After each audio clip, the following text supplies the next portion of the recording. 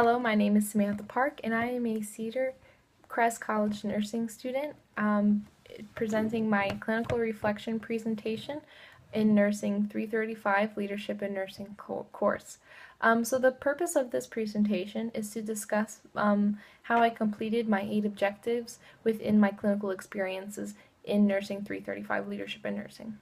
To begin, the objective number 1. Objective number 1, utilize previous knowledge of the sciences, liberal arts, information technologies, and nursing to develop skills as a nurse leader. So how I completed this objective was by attending and participating in my peer leadership clinical courses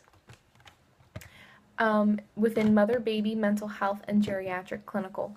For example, within the mother baby, I brought in my old ATI books that I was given in the beginning of nursing school, as well as course and clinical material and information that I was given when I attended and was enrolled within that junior nursing student class. So one of the students, they never did a head-to-toe assessment on a newborn child, and I also brought in my head-to-toe assessment newborn child chart. So I assisted this nursing student in helping her perform a head-to-toe assessment on a newborn child. Another example is when I went to my geriatric clinical for peer leadership, and I used previous knowledge that I had, so I know that it is stressed on the nursing students to really have an understanding of their medication knowledge for their patients. So before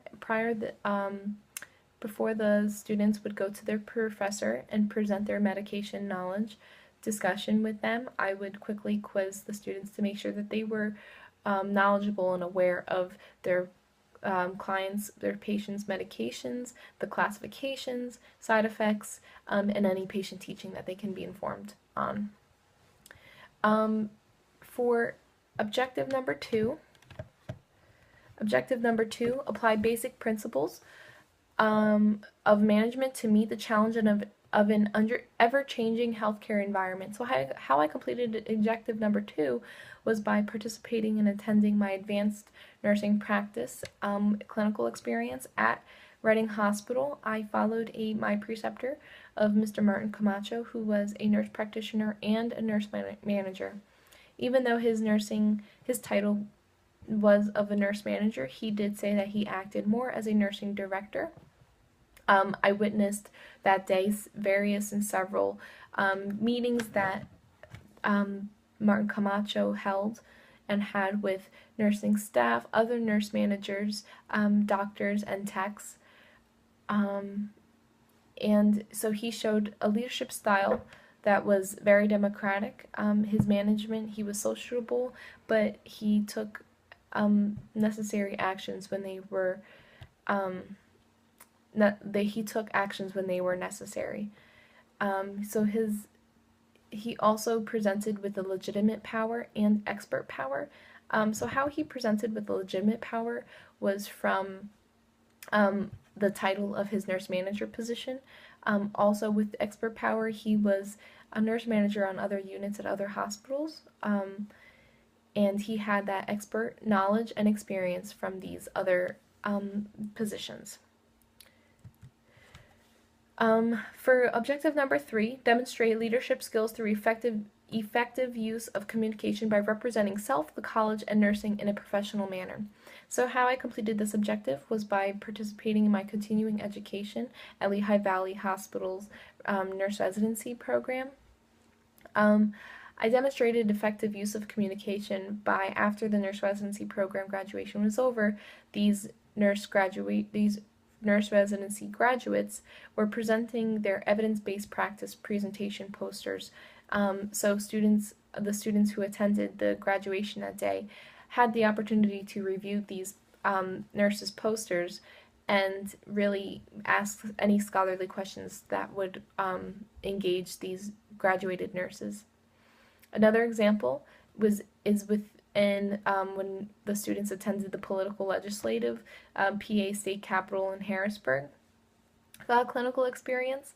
So we demonstrated effective use and leadership, effective use of communication within this clinical experience by really asking and talking to our legislators within our town and county About the nursing-related bills that were to be passed within 2018.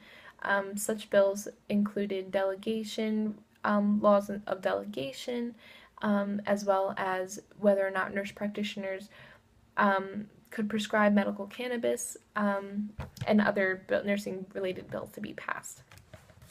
Objective number 4.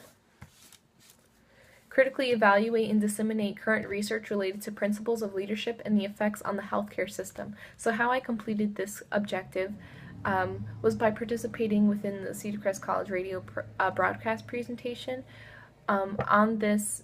Within the radio presentation, myself and 2 other students presented the topic of HPV.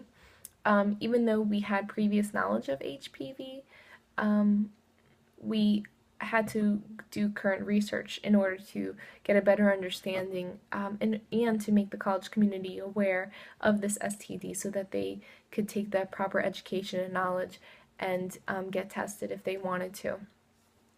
Another example would include the Nursing 341 spinal cord injury live patient experience. So I participated in this clinical experience by being one of the live patients with a spinal cord injury, presenting with the side effect of autonomic dysreflexia. So in order for the students to understand and really pick apart what my side effects were from my spinal cord injury, I had to do current research through looking it up on the internet and reading through my med-surg book of Iggy in order to participate in and help these students, these 341 nursing students, understand what my spinal cord injury was doing to my body. Objective number 5, function as a competent patient advocate, nurse advocate, and change agent. So how I completed this objective was by attending Meals on Wheels. I was with a couple who also loves to participate their time on Meals on Wheels and really volunteer with activities. They do Meals on Wheels once or twice a week, I believe, as they told me, as well as other volunteer activities that they participate in. However, when we participated on Meals on Wheels, we were delivering meals to clients who could not go out to get their own meals because of their health reasons and concerns that they had. One of the patients, so we had 7 patients that day, 7 clients to go and visit and deliver their meals for. However, 2 of the clients had the same first name. And what we found was that we accidentally gave the wrong client, who was a diabetic, the wrong meal. We gave him a regular meal, which the other client who had the same name had just a regular diet. So as soon as we left, we quickly realized that we gave the wrong bag and meal to the diabetic client, and we had to go back to his house. And we really, and luckily for us, he did not start eating his meal yet. Even though it was only like within 5 minutes that we left him, we were thankful that he did not start eating his meal because he was a diabetic and he was not receiving a diabetic client's meal. So we did manage to get him the correct meal for that day. However, all 3 of us stressed the importance of making sure that your client gets the correct meal for this reason of being a diabetic or any other diet that any client could have.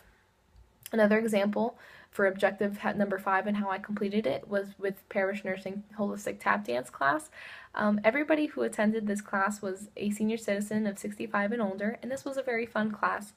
I really enjoyed participating in this class.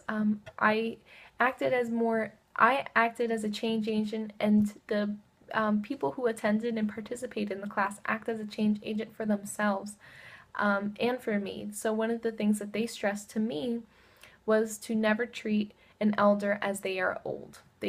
Elders do not like to be treated as they are old, and they stress that importance to me to always take and remember for myself when I'm a nurse, and to reflect onto my patients. Also, they acted as change agents by really using this class in order to stay active within their community, make friends, strengthen their bones, strengthen their weight bearing by performing these tap dancing exercises, and they were pretty good. So it was very exciting to see senior citizens really engage in their community and stay active.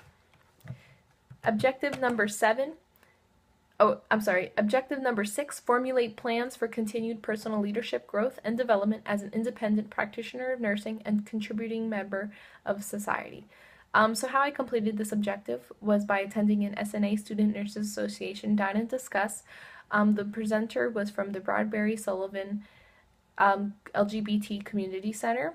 And what he wanted to discuss with the students was to stress the importance of HPV and anal pap smear specifically within the LGBT community.